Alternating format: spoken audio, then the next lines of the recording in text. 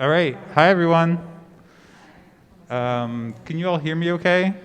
This is the first event that I've done in person with a mask on, so this is kind of a new experience, but hopefully, hopefully you'll be able to hear us okay. And we are recording the event this afternoon, so it's also important for us to have the audio from the mics going through our system here. So welcome.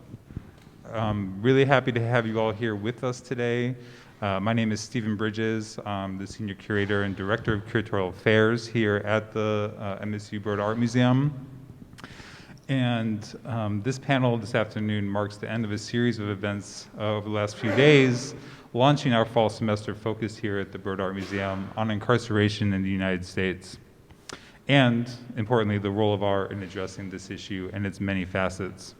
On Thursday night evening, we held an opening reception and observance of the 6 exhibitions we curated that all address incarceration from different vantage points, which you can see throughout the museum. Today, we're going to focus our attention on the exhibition Free Your Mind, Art and Incarceration in Michigan, which I co-curated along with my esteemed colleague here, Janie Paul. Yeah, that's worth an applause, absolutely. So for the panel today, I have the pleasure of playing the role of host and moderator, and it is truly an honor to be joined by our invited guests. As I mentioned, Janie Paul is here, Professor Emerita of the University of Michigan and co-founder of the annual exhibition of art by Michigan's prisoners. Sorry, there's something wrong with that sentence. That's true, right? That was all true. And through her work as part of the Prison Creative Arts Project at the University of Michigan. And next we have Kimiko Uyeda, who's an artist and member of the Curatorial Selection Committee for the Prison Creative Arts Project at the University of Michigan. And finally, Guillermo Delgado, artist and academic specialist in community and socially engaged arts at the Residential College in the Arts and Humanities at Michigan State University. So join me in thanking our guests for being here with us today.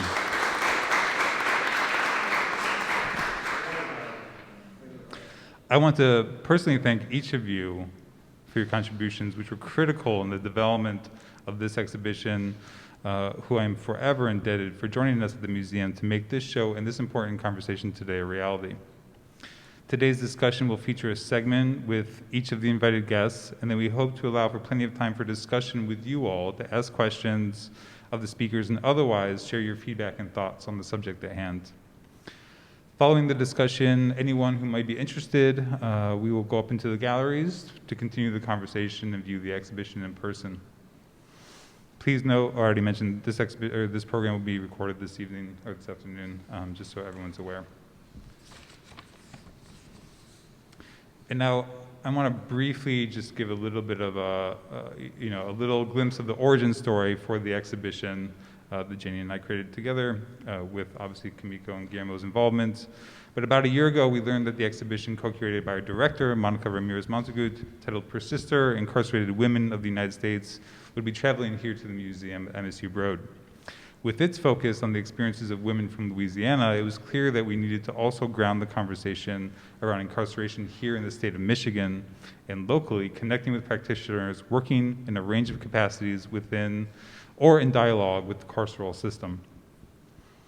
The Free Your Mind exhibition was born from this need, and it immediately became clear to me the importance of connecting with a team at PCAP at the University of Michigan who have been working in prisons for nearly 30 years. I expect Janie and Kimiko will discuss in greater detail the work of PCAP, but I do want to pause and acknowledge the guidance and opportunities for learning offered to me also by Nora Krasinski, who's the director of PCAP, Vanessa Majewski, the associate director of PCAP, along with Martin Vargas, Graham Hamilton, Jesse Butts, and Jeff Clark. Not only did this remarkable team help us to connect with and source artwork specifically by currently and formulated incarcerated individuals, but they helped determine the overall framework for the exhibition and its key themes, which are identified as the length of sentencing in Michigan, youth incarceration, the incarceration of women, the threat of COVID-19 within the prison system, and solitary confinement, which itself actually has its own exhibition, which is actually just down the hall from where we are currently. The emphasis placed on artworks made directly by system-involved individuals is important and part of a larger effort to present the work, words, and voices of incarcerated individuals themselves. It was critical that they speak for themselves share their experiences rather than me or us speaking for them. This is also where the work of Guillermo and his students come in, who work directly with impacted individuals to create zines and other visual cultural materials, poetry, performances that allow their voices to resound beyond the walls of the facilities that house them. True also for the Campaign for Youth Justice, who, in coordination with the Julian Zamora Research Institute at MSU, provided letters and other material from youth that were incarcerated in the state of Michigan. As well, also the 2-channel video by artist Tirza Even, titled Natural Life. In truth, the list of partners goes on, and there are too many to recount in full here. But in the education wing of the museum, we have created a feature wall to acknowledge and shine a light on our many partners and partner organizations that have contributed to the larger event in the museum this fall. And I hope that you will also take the time to look at that as well. With that, I'm going to hand it over to Janie, who's going to talk a little bit about her work and her involvement with us here at the museum, curating Free Your Mind. Thank you, Stephen. And I want to thank the whole museum staff, Monica and Stephen, for thinking of the idea of including the Michigan artists in this group of exhibitions. It's so important. So thank you. I'm going to be talking about art making in prison as a form of resistance.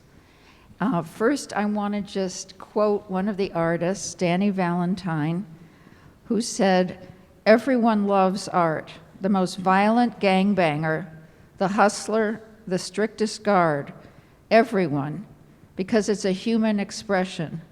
They admire it and most want it." So art is a really big deal in prison. For those of you who may not know, there's a huge culture of art making in prison. And I'm not going to go into that because there are other things I'm going to talk about, but if anyone wants to know about that art culture of selling and making and buying, and Kimiko can speak to that very well, and so can I. But what I do want to talk about is art making as a form of resistance. Now, all of the images that I'm showing are works by artists who have been in the annual exhibitions of art by Michigan prisoners.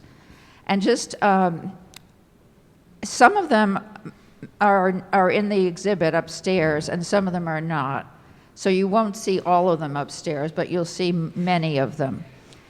And a word about PCAP, that is the Prison Creative Arts Project, is an organization founded in 1990 by my late husband, Buzz Alexander, that includes many facets: workshops in prisons, a literary magazine, podcast, and the annual exhibitions, which are the most public-facing projects of the exhibition is the most public-facing project of PCAP. And the exhibition started in 1996 when Buzz and I decided to do an exhibition of art by Michigan prisoners. And at that time, we collected 77 works by 50 artists. And now we're showing over 800 works by over 600 artists. So what's happened over this almost 30 years is the art making in Michigan prisons has grown exponentially. And thousands of people are making art in prisons because first of all, it would happen whether or not we were there, because people all over the country who are incarcerated are making art as a way of saving their souls. But with the exhibition, it's really supported and validated them, and the artists feel like they belong to a community that supports them. So let's go to the next slide. I'm going to show you some images about incarceration by the artists, just to set the background of what incarceration is like in the United States. And there are many facets, and so I'm just showing you a few of them. But this painting by Brian Picken, called Confiscated Goods, depicts how prisoners feel and are treated as throwaway, as garbage, humiliated, isolated. Brian Picken is one of the artists, and this piece is upstairs, and is a very accomplished artist, as you can see.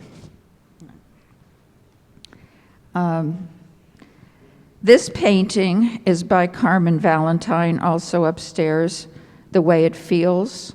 And she, by the way, was a student of Kimiko's who helped Carmen do this painting. And she says, I had pain and was abused before I came to prison, and I have pain and am abused in prison. And of course, men and women, many men and women in prison have been abused, and of course, particularly a lot of women have suffered abuse. Okay, and then the next one is a very unique scene called New Bunkie, which shows the kind of humiliation that happens in prison. And what you see here is a guard is letting a new prisoner into this cell to be bunked with a man who's on the toilet. And you can see the reflection of the man who, in the mirror, who's coming in holding his goods that he's been given. So next is another sort of devastating image by Yusuf Qualzel called Life is Death. He's serving a life sentence. He's one of the juvenile lifers in the system and trying to get out, but just about the sentence of life in prison, that it's a death sentence, really. And he's depicted it incredibly expressively here. Okay. And then, of course, the incarceration of children and youth, this by Nancy Stevens King. And you'll read all, about that in the exhibit, and probably most of you know about how many children, that is, people under 17, are incarcerated for things that could be dealt with in much better ways.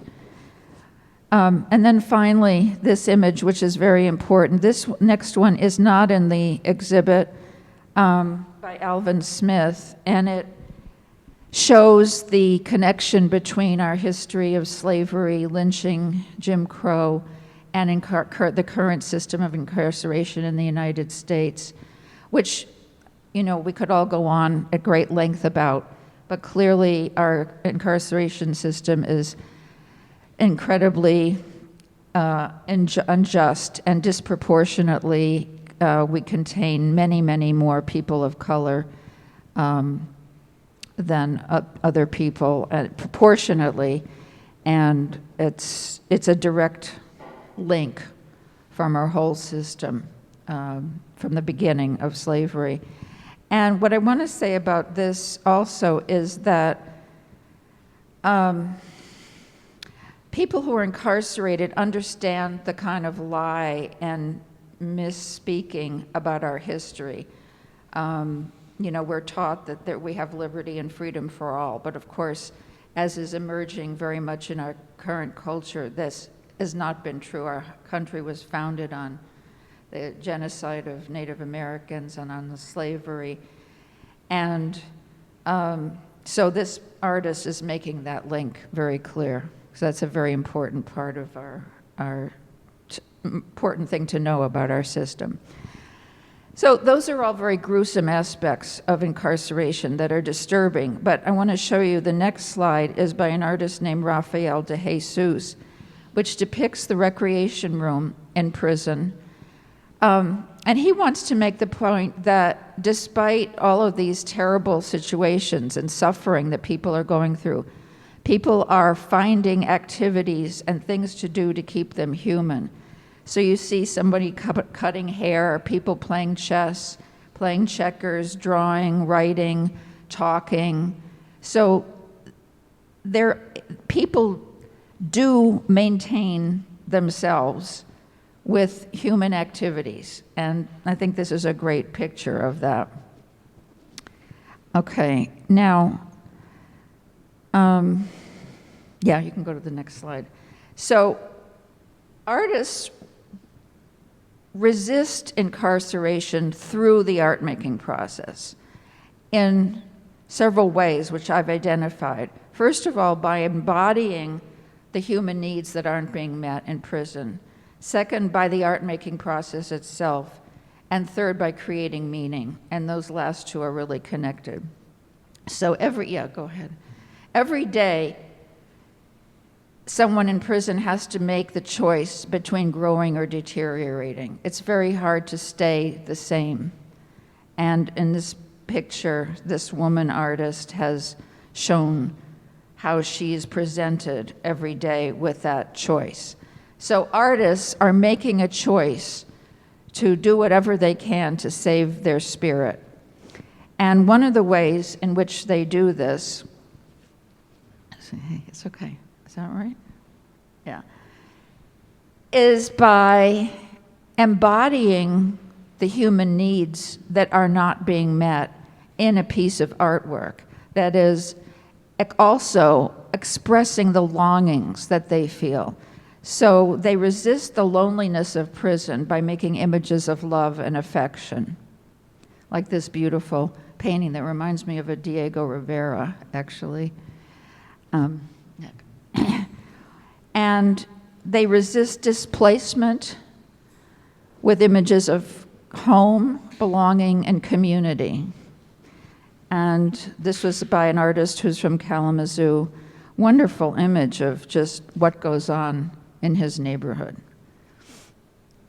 In resistance to scarcity, artists retain fond memories in great detail to nourish themselves. This great image of a family picnic.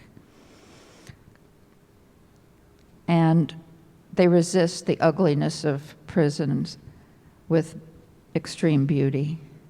This is a pretty amazing painting by a man who is from Albania and had seen a lot of the Impressionist works in his youth.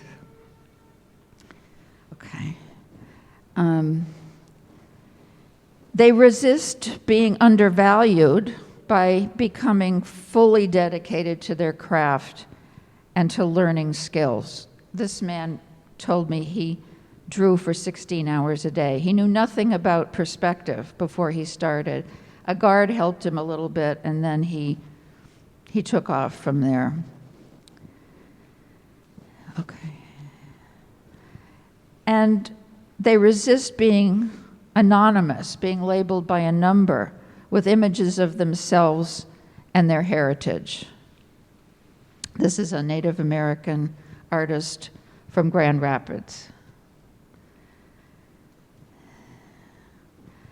And they resist apathy with critiques of our culture. This was about jobs leaving Michigan. I know I'm kind of running through these, and you probably want to look at these longer, but I'm trying to fit everything in. But I do hope you can ask questions later. And then lastly, or second to lastly, they resist despair with images of faith. And next is, I think, the last one in this series. They resist tedium with humor and wild imaginings. So the art process is a sphere in which someone can really express and feel all those needs and longings that aren't being met. And that really feeds people's souls. Okay, and then the art making, I mentioned the art making process itself is a form of resistance. So first of all, shaping form of any kind, whether you're making a vessel or a basket or a painting or a film, whatever it is shaping. There's no shape in prison. Everything is bland. And there's no having a great experience. Everything is discontinuous. The other thing about art making is it's a series of decision making. It's a series of choices. I start this way, I do this, then I make that, then I erase it. And in prison, there's very little choice. You have to do things at certain time. And often choices that are made are negative choices. The choice to not bunk with somebody who's violent, the choice to not eat food that's uneatable. But these are all positive choices that someone can make. I think in a way most important is that in prison, people are treated as objects and moved around, literally put in cages when they're moved from one prison to another. But in the art-making process, the artist becomes the subject producing an object, and the object is very valuable. The object is cherished and treasured. So that really reverses that whole dynamic. And then finally, for the next slide, artists find ways of using materials are in the environment. And this is a sculpture made by Janie Valentine out of toilet paper, soap, and water. And he painted it with acrylic paint and then brushed it with talcum powder. This is Janie Valentine right here, by the way. This is the artist.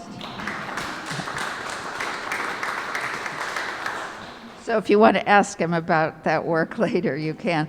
But it's about 4 feet, and it's, as you can see, incredible. Janie never took an art class. And so you can see the incredible creativity and ingenuity that arises out of people in this situation, which is so urgent and crucial. And then finally, the creation of meaning. And I just put these 2 images in to remind us that art making is a basic human need that has always been around. In childhood, that my grandson's picture of a horse or a prehistoric animal, and the cave painting, that forever people have been making, and you can go to the, oh no, I took out the next one, never mind. People have been making images, and so, prison is just a meaningless place. It just robs you of purpose. And so to make things is whatever it is, the child making their first symbol of a circle, of a person, to somebody who's making a sophisticated drawing as a way of creating meaning. And, Viktor Frankl, who wrote that wonderful book, what is it? Man's Search for Meaning, is the central human desire. And so that is really important in prison. And also, go to the next one, it doesn't have to be pictorial. It can be an abstract piece like this by Curtis Dawkins, which is so evocative.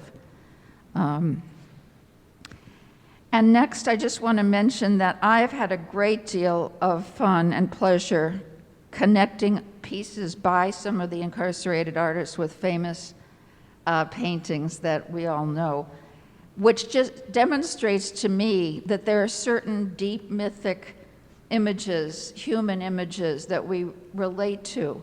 And I love the fact that somebody who's in prison who has never heard of Edward Hopper did this painting that is so similar to the Hopper painting, evoking that period of that part of American culture, that loneliness and beauty, with the house as the metaphor, with the windows, what's behind them, and the foliage, the natural world next to the architectural world.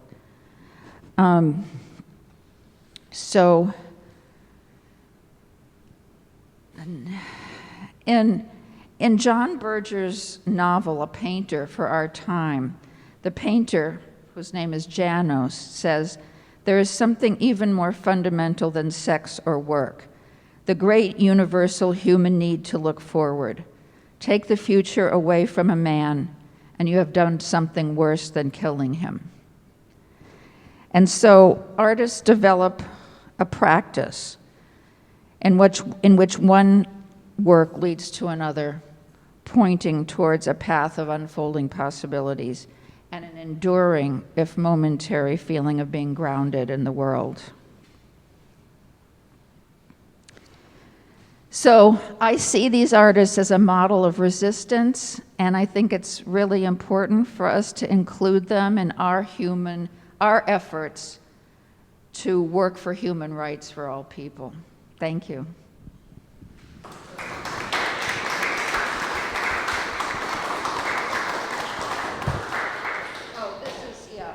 If you want to find out any more about PCAP, You can always just Google Prison Creative Arts Project. But I put this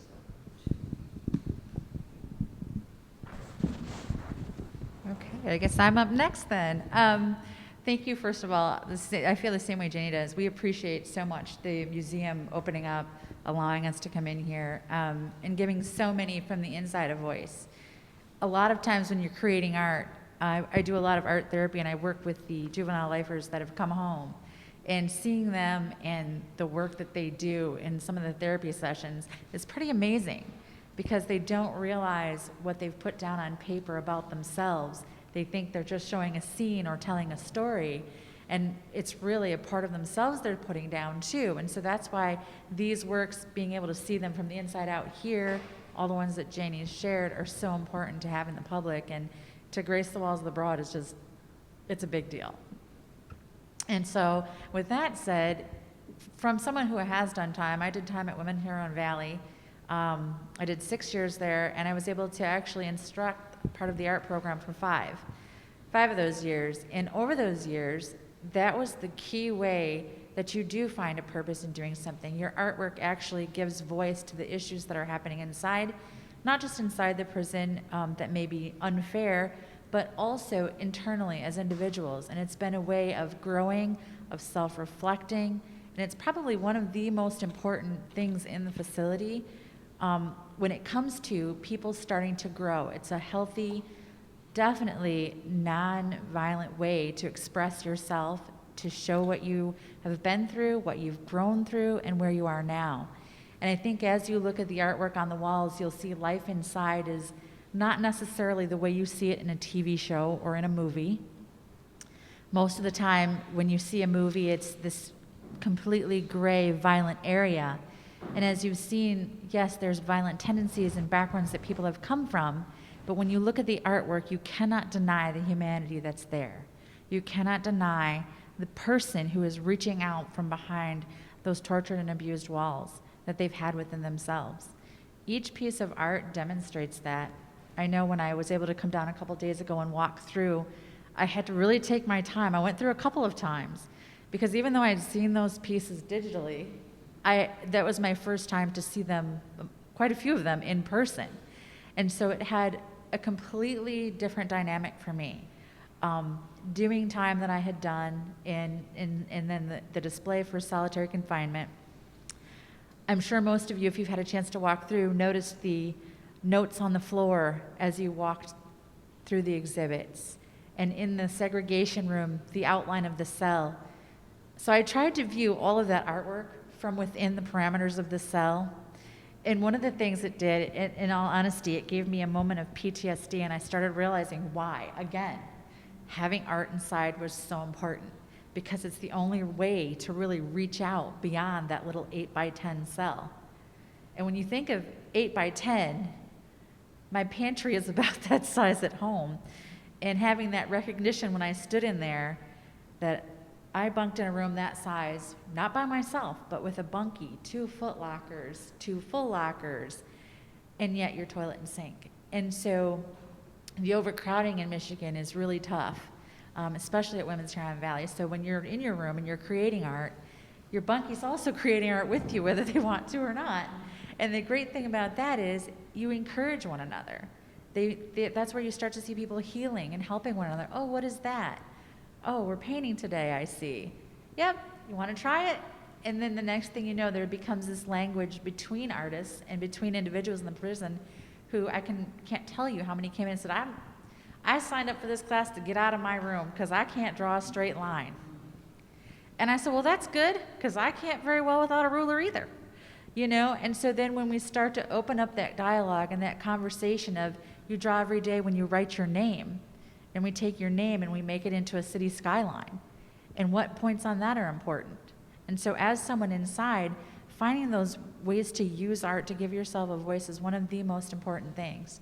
So many people, I don't think, have had that realization until this exhibit really kind of gave that awareness and brought attention to it on a larger scale. And so as we look at those things, I encourage you to really take in each piece through the Persister Gallery and also through the PCAP Gallery, the Free Your Mind exhibit, because there's so much there. you can't go through it just once or even twice and see everything. Little details in one painting that I looked at. And I remember when we looked at them, one of them was the picture of a gentleman in his cell working on his artwork. And I had to look at the board, the bulletin board, where he was sitting because it made me laugh. I thought, they have everything that we had to have pinned, all the important things, your hobbycraft card. Because in prison, if you didn't have that card, anything you had, if you had paint or scissors or canvas, didn't matter if you were working on it or not. If you caught an officer on an off day, they'd come in and confiscate it if you didn't have that card. So all that work you put in is now in a trash bag sitting in a locker somewhere, and you don't get it back. So it's really important things like that are up on our board so that they can see it when they walk in. Then you have your healthcare call-outs, your top bunk or bottom bunk details, you know, your calendar, and of course the menu, because the food isn't the greatest, so you kind of got to pick and choose what day you actually go to the chow hall. And it's funny because as I think about it now in retrospect, you start realizing when you go to prison, you walk in the door, you have your own style and your own clothes.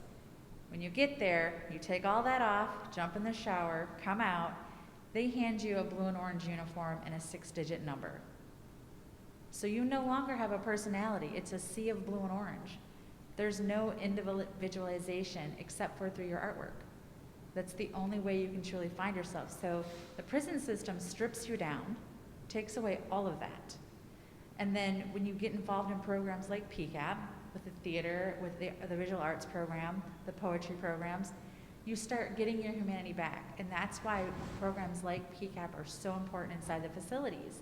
And I encourage you, if you guys would want to support them, look it up online, check out PCAP, because it's right now, as far as I know, in the women's facility at least, for sure, it's one of the only art programs that we have.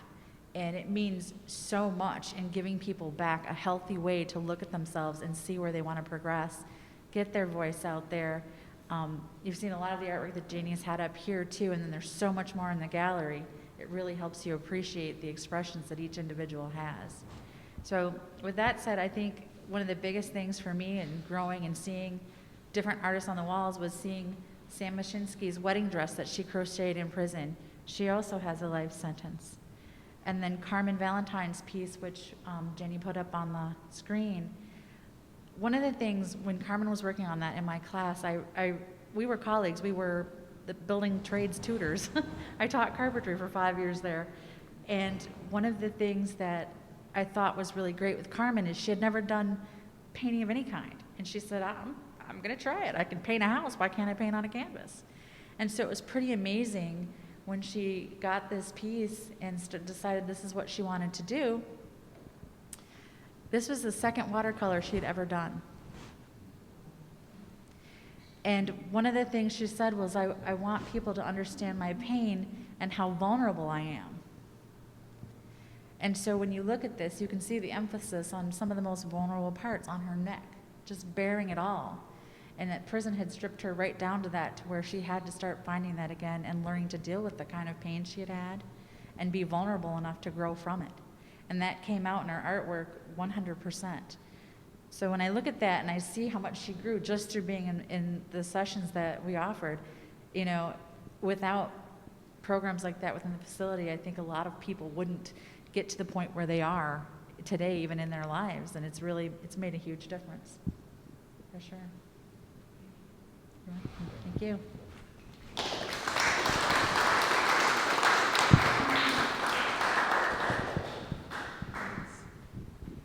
Hi, everyone. Thank you for coming here on a Sunday. I had a challenging time preparing for this talk because I wanted to show you images of what goes on in the work that we do. And when I say we, it's me and my university students, and specifically, it's the residential college in the arts and humanities students. And I'm going to call them ARCA. So if I say ARCA, that's who I mean. And we're in Snyder Hall, just so you know what I mean when I say ARCA. So my ARCA students and I, we visit right now we're in 5 different correctional facilities, including the Juvenile Detention Center in Ingham County. And that's where this all started. I hesitate to say that actually because for me it all started because I grew up right across the street from Cook County Jail in Chicago. Those were my first 16 years of my life. And although I never made it to go inside that prison as far as being detained there, I had friends and relatives who were there who ended up going through that system. And if you don't know about Cook County Jail in Chicago, it's a horrible place. It's known around the world for its human rights violations and terrible conditions. So, but I'll jump forward. I think that's where I got my start, and I feel like sometimes like, how did I end up doing this work? And I think back about growing up across the street. That was the jail wall was my actual bedroom window view. That's what I looked at when I woke up in the morning and when I went to bed at night. So. I'm gonna. So you started the movie. No, do you mind starting at the beginning? So I'm gonna try not to talk too much because what I'm hoping is that I made this slideshow into a movie form, and I'm hoping that you'll watch it and you'll ask questions.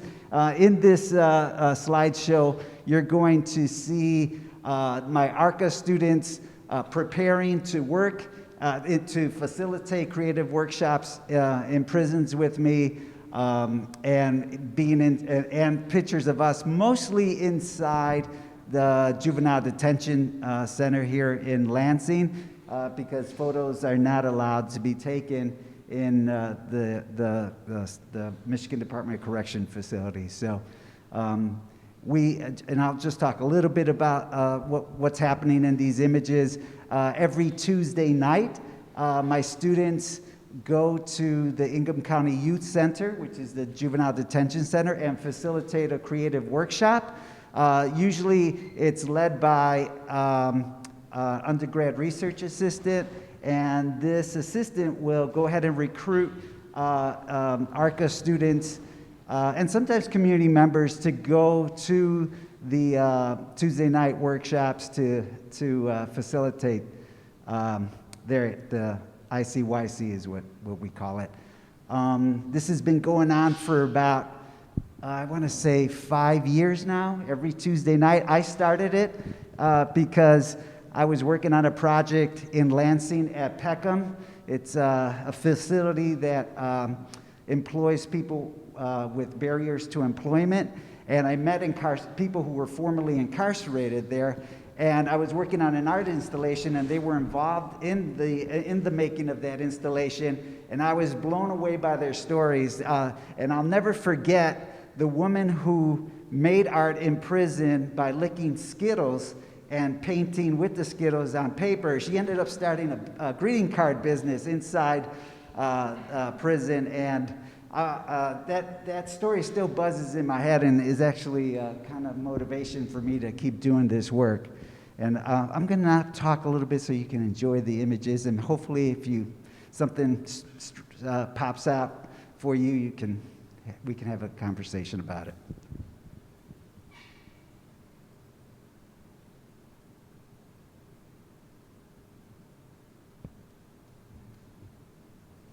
In all the facilities that we work with, it's interdisciplinary, so we make zines. Some of those zines are exhibited upstairs in the Free Your Mind exhibit. We write a lot of poetry, especially with the incarcerated men. A lot of the young people, when we first meet them, don't like to write because they're like, hey, wait a minute, this feels like school. I came here for art. So this is a way we get them to guide them towards writing, and then they end up enjoying it. And then we incorporate that with the zines.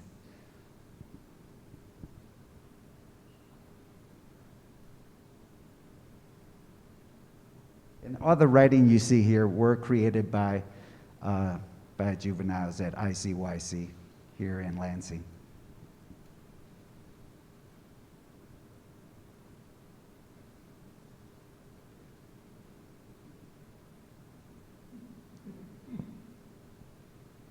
See, some of these are my favorite poems based on color. Blue means loving and understanding. Oh, we have this, believe in love until the end. There's one up, should be coming up here soon. Or maybe we passed it up, but I like this one a lot. Can you pause this? Yeah. Or just go back just a little bit.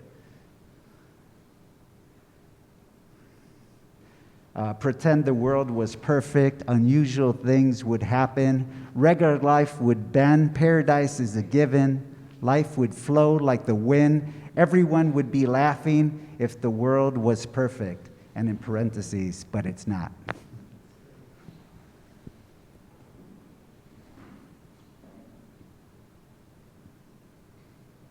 Now, these are the zines that we make in all the correctional facilities. I like this art form because it's allowed. We're able to use paper and simple drawing materials in the correctional facilities, including the detention center. So it's a pretty safe way to make a book. And what we end up doing with these zines is we'll make copies back at the resident at ARCA, and then we'll package them up into little bundles and come back to the facility and deliver them to the artists who made them. And they get really excited. In the beginning, especially if they signed up for a poetry class, they're like, what is this? Like, I didn't sign up to make art, because we have those folks, right? It was the opposite of the folks who came for drawing but end up writing poetry. They see their zines, like we usually make like 12, a packet of 12, and they just kind of freak out and like, wow, these look so great, because we reproduce them in color, and they're able to share those with people, with staff people, and with family on visiting day. So the theme of this zine, this is like a typical zine project we always do with everyone. What does a good day look like? Long story short, I started teaching yoga in prison because I have to drive almost an hour to Ionia, because I'm in 3 facilities there. Jackson is 40 minutes from here. And I don't like to do you mind stopping that? And this is, just go back just to that last page there. This is probably the reason, if you can stop it. All right. There's a slide, I think, coming right after this about yoga makes me feel human again. And there it is, that one right there. Thanks. Awesome, Ed. So I have this guest book that people, the incarcerated folks, after they do yoga with me and my students, they sign on, like, it's almost like just a book where they can write us a note, a question, maybe ask us to focus on something the next week, like shoulders or hips or knees or more meditation, more breathing exercises. And I love looking at the book after our sessions, and this one makes me keep wanting to do this. Like, yes, that's why we're doing this. So you can go ahead and continue.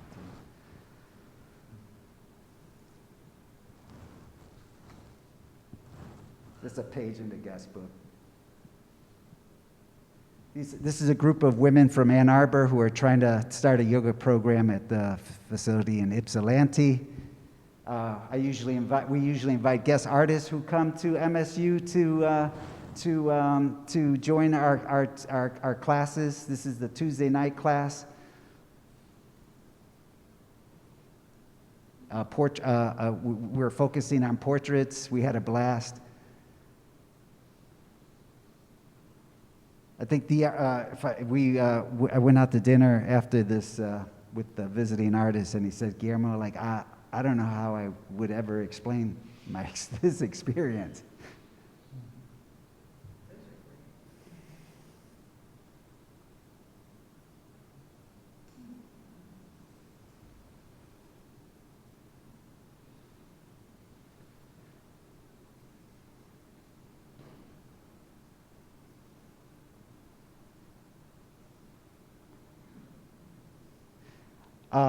if you could stop right there. So in March 2020, I started a second yoga program at ICF, which is a level 5 facility, and a poetry workshop, and we would do this every week, and COVID hit. So it was a real bummer for all of us, and I was really depressed about it, because I would look forward to going I look forward to going to all the facilities, but that was a new facility that we were working with, and you know, a pretty tough one to get into, because it's level 5 security. And where is it? It's in Ionia. Okay. They used to call it IMAX, so now it's just called ICF, Ionia Correctional Facility. So I had to, yes. What does level 5 mean? Level 5 is maximum. So I think maybe it's a marketing thing. They changed it from max to level 5. So I had to scramble, and we had to figure out how to continue the program during COVID, because we weren't allowed to go in. I certainly wasn't going. I was teaching remotely. So we had to figure it out, and we did figure it out. And what we did is I created packets for distribution every week, and because the staff there, believe it or not, like, because it went from 0 to, like, I was working with staff who were very hesitant. They were kind of just doing it because the warden ordered them to do it. They weren't really excited about helping me facilitate these, but over the years, their attitudes have changed. Like, and they're like angels now. They're like, Guillermo, we got to figure this out. So my students and I send poems and instructions for different poetic forms, and then they receive them. And my students go through the same treatment. They go ahead and get the same instructions and poems, and they both write their poems, and then they send them to me. My students send it to me, and the incarcerated folks send it to the staff person that I work with at all the facilities. So it's different people working all at the same time. And then we do this all through a PDF and an email every week. We have PDFs going back and forth. And at one facility, at Michigan Reformatory, which is a level 4 correctional facility, they have this system where during COVID, the men would show up on Sunday at the gym. They had a station where they would put their assignments, and then and they would be scheduled to come in at different times, so people weren't like coming all at the same time. So imagine a table, empty gym.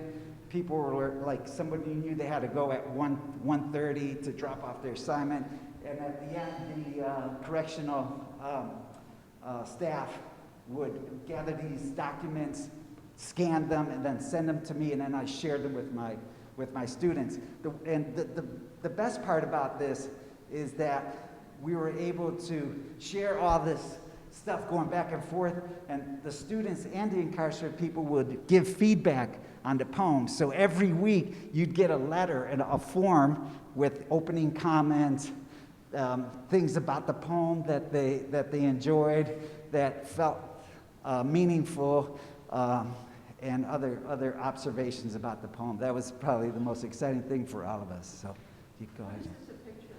Oh, I'm sorry. This is me scrambling to continue teaching teaching a prison arts class during COVID. So fortunately for the Ingham County Youth Center, they were able to set up a Zoom conference. I wasn't able to see the juveniles, but they were able to see me, and I would do the instruction via Zoom here. That's how this happened, and this all happened because of COVID. Okay, we're going to play the other video? Yeah. So before you play the other video, I'm going to show you one more thing about, I'm going to say like 3 years ago, the Lansing State Journal called me, a reporter called me and said that they wanted to do a story about the work that we do in prison. And I said, good luck. I mean, the Michigan Department of Corrections is not going to let you go in there and take pictures because they wanted to create a video. And I said, there's no way you're going to get permission. And they did get permission. It shocked everybody, including the staff and warden at the Hamlin Correctional Facility in Ionia. They had a camera crew come in. And anyway, I'll let the video speak for itself. This appeared in the Lansing State Journal, in print and online.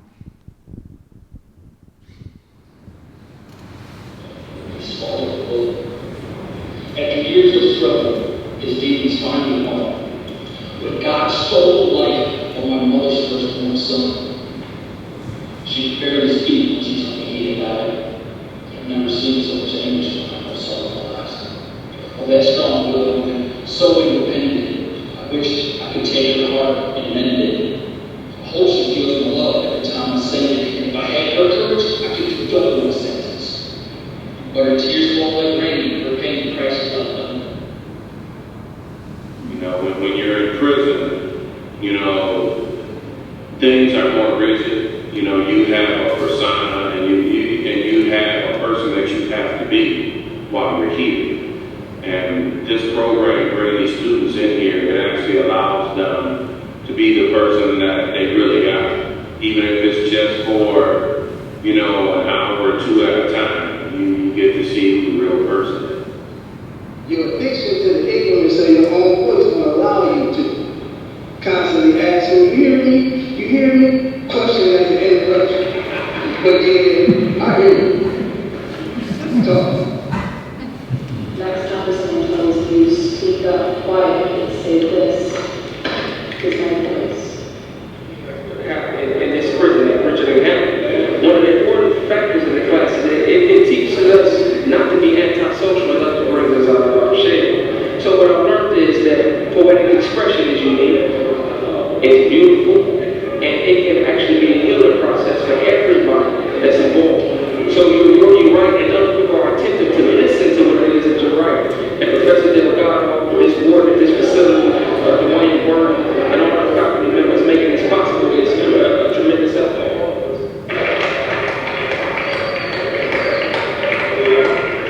And I mean, there's nothing like watching someone perform poetry for the first time. And for, I think a lot of people in this class, it was the first time. And that's such a special moment. So being there to not only watch the performance, but to write with these people and sort of take part in the creative process together was so incredibly special. And I like to say that you'll never forget the experience that they do, and even if they're scared here, they'll come back, they'll come out with a change.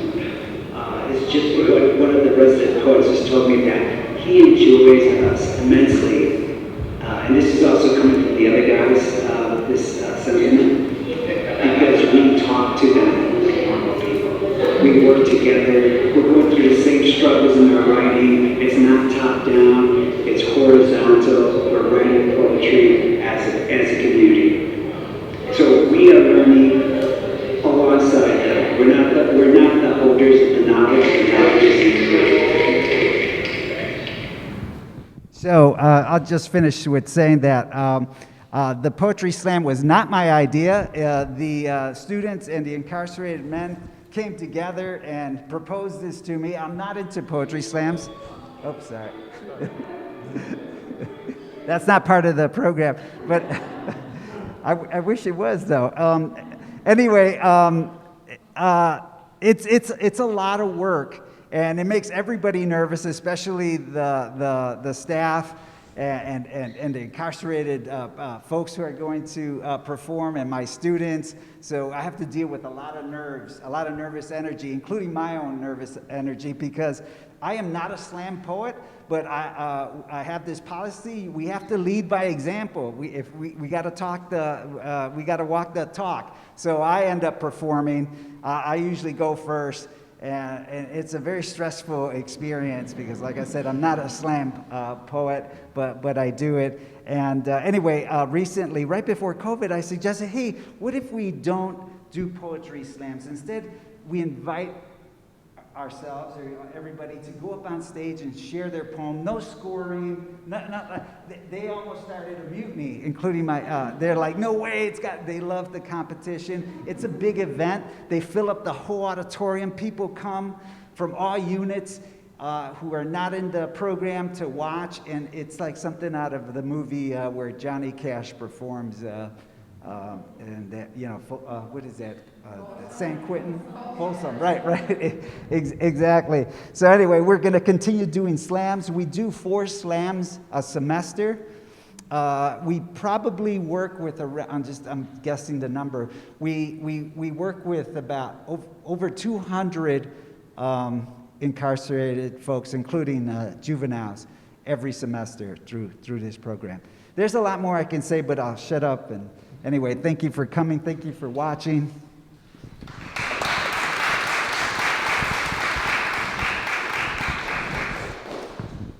Thank you. Thank you all for sharing your experiences and your insights. And that is the end of our kind of scheduled program. So we do have time, I think, about half an hour or so for questions, comments, feedback from you all. Does anybody have any questions for any of us? Yeah, go ahead. Do the incarcerated people, if they do the art, if they develop as an artist, say in the prison system, do they get credit for the artwork that they produce to get them out early or something like that? No. The answer is no. Well, in a way, yes. There's no specific system for it that I know of, but I've testified at quite a few parole hearings for artists who are coming up for parole, and I always write very specifically about their artistic accomplishments, and often we show their work. And if they complete a workshop with our program or Guillermo's program, I'm imagining you also, they get something in their file that says they've completed this. So it can count, but there's not, as far as I know, there's no systematic credit given. There's not, but when you see the parole board, you have the ability to take all your certificates in every class that you've done to the parole board and show them what you've done. So by accomplishing those classes successfully, completing a program, it shows that you're setting up yourself to have a schedule, to have boundaries, and then you're moving towards completion of items. So they may not specifically get credit for any particular artwork, in particular, like a piece in particular, but they will for successfully completing the program because the board looks at that as positive behavioral reinforcement. Yeah, so it's very important at the end of the workshop that everybody actually gets a certificate that shows, Janie Paul completed this art workshop, and then that goes in their file. Well, now, just to add to that, PCAP and Janie were very, adamant that all the participating artists in the exhibition upstairs, if they're still living, still incarcerated, receive letters from the museum, from us collectively, acknowledging their participation in the exhibition. Obviously, expressing our gratitude to them, but I would imagine that also would then kind of go into this file as well. And along those lines, since you say you've had these gallery shows of this work, are they for sale? Oh, yeah. They're all for sale. Do the inmates receive Yeah. monetary? And then what happens to a lot of these artists who, so like yourself, continue to work after? And do they often form a community? We do. PCAP actually is great for that. Sure. Yeah, there's a show across the street of work by artists, PCAP artists who have come home in the art lab. Yeah, everyone that's in that exhibit is actually home and still continuing to create. So if you get a chance to drop over to the art lab and check out that, it's and it kind of an extension of this exhibit, really. And it just shows you what people are doing that are home now, have done from the inside and on the outside. And we do. They have the linkage program through PCAP, which kind of helps all of us sort of stay interconnected as we come home. And as you go, there's also a call for art cafe. So across the nation, we'll get notices too that will say, oh, this exhibit is waiting for submissions and you can earn so much for the exhibit fees and whatnot. That's one of the greatest things about having a collaborative artisan community and working with the different colleges in the state of Michigan is that we're given that opportunity to continue to move our artwork forward. Several of us have done murals in our communities. Alan Campo has done many of them in Grand Rapids. I've had the opportunity to actually be at the Valley before my release and do murals in several of the RTP buildings, which is a residential treatment program for people who are mentally handicapped. And learning to function in society again. So depending on what you do, your artwork moves you in different circles. A lot of what I've done, I do have a lot of my more recent work is more politically motivated as far as with criminal justice reform. And so I would say, yes, working in that artisan community, then we continue it on when we come home, and it's great. Yeah. So we have in Grand Rapids Art Prize coming up. Is the art of the incarcerated people from Michigan somehow involved? We have artists from PCAP have been involved in Art Prize. I actually don't know what's happening. What? Will there be some exhibits in this one? I don't know. Martin, do you know? Yes, there are plans right now, there are plans in making to have something of the artist exhibit art.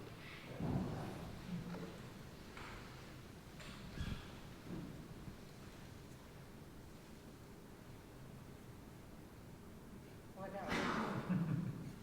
So when you talk about art resistance, is there any resistance from prison leadership about the content of We. what other people do? Do they place any limits on you?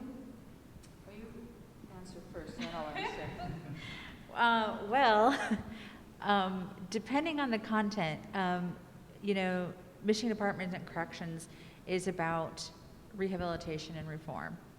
That's the ideal that we're sold, right? That prison rehabilitates you and ships you out. Unfortunately, that's not always the case. And so I think the most tactful way to say it is there are some things that are not publicly appropriate.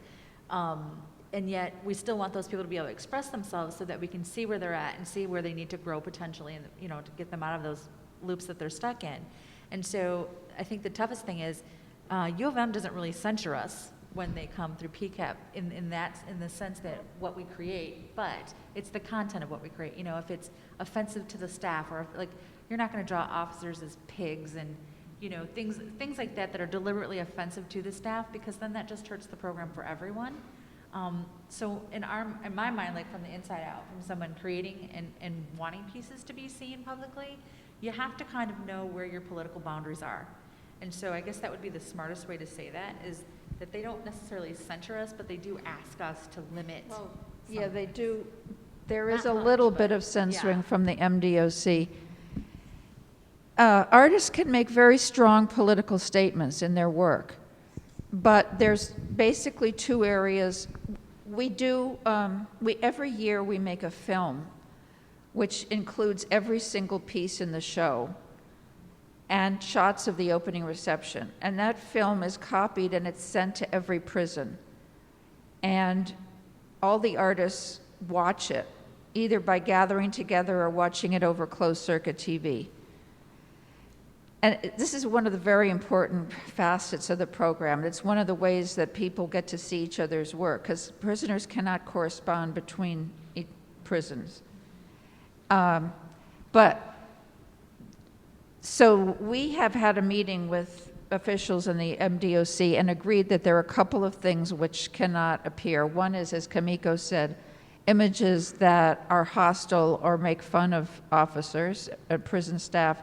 And the other is sort of vaguely sexual. I mean, if there are, sexual parts, it can be sensual or sexual, but there can't be genitalia, yeah. There can be breasts sometimes, depending on whether the nipples are showing. I don't know. But I mean, there's very few restrictions. People have made quite you know, strong political statements that don't get censored. But the thing with us that we worked out with the MDOC is that when I mentioned the film, is that those images can't go inside, so they can't be filmed. But what we do is we put them in bins rather than on the wall.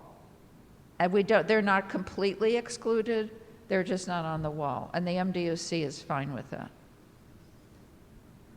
I just want to mention we did make, the poetry slams do make the MDOC a little nervous. So a year ago, they interviewed all 4 facility folks, the warden and staff, and about the word on the street is that somebody at the office just said, hey, you know, I've seen those poetry slams on TV, and people get really excited. So they were concerned about that. So so they asked me to have rules written out, and so and syllabus. They wanted to review it, and it all passed. So we were a little nervous about because, you know, it's their word, and it goes, right. We can't really fight it. So we're still able to continue. Actually, just want to mention there is one piece in the gallery upstairs that there was a discussion about whether it should be in the gallery. You'll see there's a trio of drawings by Andre Watts that tells the story from lynching, of the connection between lynching and current incarceration. And we decided to include it because this is a public venue and it's not going inside. But that image would not be able to go inside. And I think it's important to note too that, I mean, you've communicated directly with MDOC about this exhibition. They're aware of it. They, you know, are supportive of it. But if we do make video documentation of the exhibition, we would have to kind of skip over that one particular work in order for the video at large to go back into the system to be shared. Yeah, I do want to say that we do have a very good relationship with the MDOC. We have people who are very supportive of the program. It didn't start out that way, but Guillermo referred to this, about how people got to love it after they thought this was terrible. Yeah, they wonder, like, when are we going to get this program? Right, exactly, and I think we should be doing workshops with them. We have a lot of requests from correctional officers about yoga. I bet, yeah. What about materials and access to materials? Are there ways to donate materials, or do they end up having to use things? Well, so how materials works is we have specific venues that we can purchase from, like Dick Blick, NASCO. It's through our hobbycraft office. And so each inmate in their cell has to have a copy of a hobbycraft card that shows the items that they themselves purchased on there.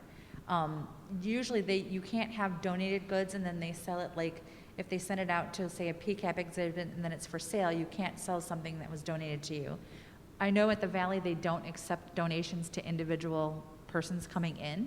Sometimes they will to a workshop, and I'm sure that there's ways that can be arranged through PCAP too. So if you guys wanted to donate some art supplies or whatever, you can get a hold of Janie or Graham up at U of M, and then they will set up to kind of farm those out to the workshops to get them inside to be used. But as far as individuals, we had to purchase our own things. And so that's what made the annual exhibits through PCAP amazing, because all of our work was listed for sale. PCAP doesn't take any money for that. It just, the percentage that gets charged goes to taxes, and then the PBF fund takes a percentage, which is the Prisoner Benefit Fund. So as we donate that money back in, then that gives the inmates the money to use to create more events to do inside the facility. So that's why it's so important when you purchase paintings through PCAP for the artists actually get 100% of the funds that you purchase, with the exception of that small amount that goes to PBF and taxes.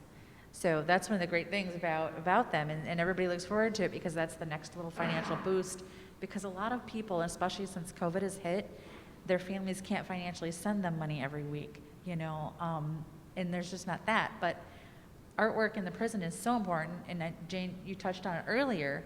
that it's actually a cultural thing in there. You know, you make cards, you sell paintings, the plastic coffee cups, you paint those and seal them with Mod Podge and sell them across count. And you can buy them in between each other through a hobbycraft purchase. So it's actually a way to have a means of having a living inside by using your artwork. I wonder, Danny, do you want to say anything about how you supported yourself in prison through art?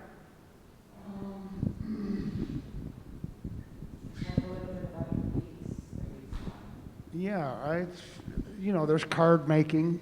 Everybody has a mother, a father.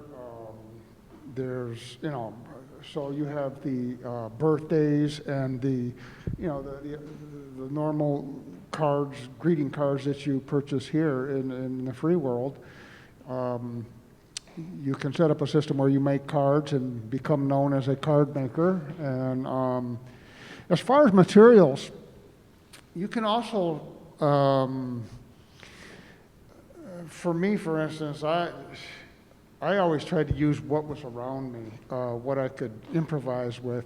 Soap was a good one for sculpture, toilet paper, glue, coffee grinds, cardboard off the boxes of cereal that you can buy from the commissary, plastic bottle cap. It's pretty much endless, your imagination, You don't have to necessarily purchase any supplies. You can improvise. I mean, I did a self-portrait once of myself, bodily excrements, boogers, blood, and so there's ways to, create. If it just sometimes it has to come out of you. You'll find a way. I made my own paintbrushes with my hair. So it can get pretty creative in just that. Also, you sold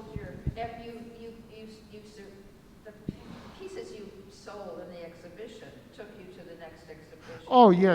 I literally lived off of the income off of selling my work each year in the exhibit. That bought all my supplies that I needed and deodorant and toothpaste, and it got me through for a whole year, every year. So it was, PCAP was very lucrative to me. Did you have a question? Yeah, I was wondering, when they get the money from PCAP, does it go on their account? So I guess my question is, if they owe money and they're only allowed to pay $50, when do they take all the rest of the money? Or do they owe it? Oh, if they owe restitution? It's the one time of the year that we are allowed to have funds that they do not touch. Yeah.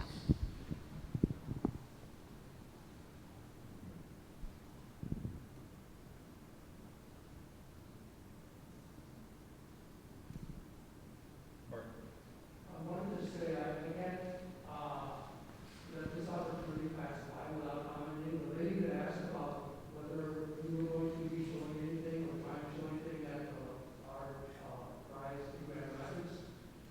What we're searching for right now is a venue. All we are, anyone who exhibits, is that you have to have somebody to sponsor you. That's what we're looking for right now. We don't have anyone to sponsor the latest artists yet, and I couldn't let that pass by without saying that if any of you have any information, any businesses that may want to sponsor us, you can contact any one of those people up there in front.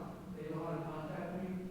And what we are, the Humanities program is, as was mentioned before, a group of artists, formerly incarcerated artists. That's who we are. All we are. And if you do have that, we would appreciate greatly if you could support us.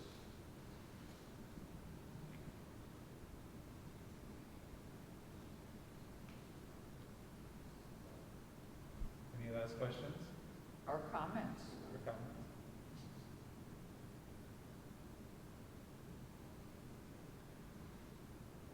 Thank you. Very inspiring. Thank you. Thank you for coming. Thank you all for coming. The museum is open for another 40 minutes. I plan to head upstairs. I think Janie, Yeah, we'll you go could hopefully upstairs if and you if get anyone, time. please feel free to join us. We'll be on the second floor of the museum to see the exhibition in person and perhaps talk more informally with any of you if you wish. So thank you again.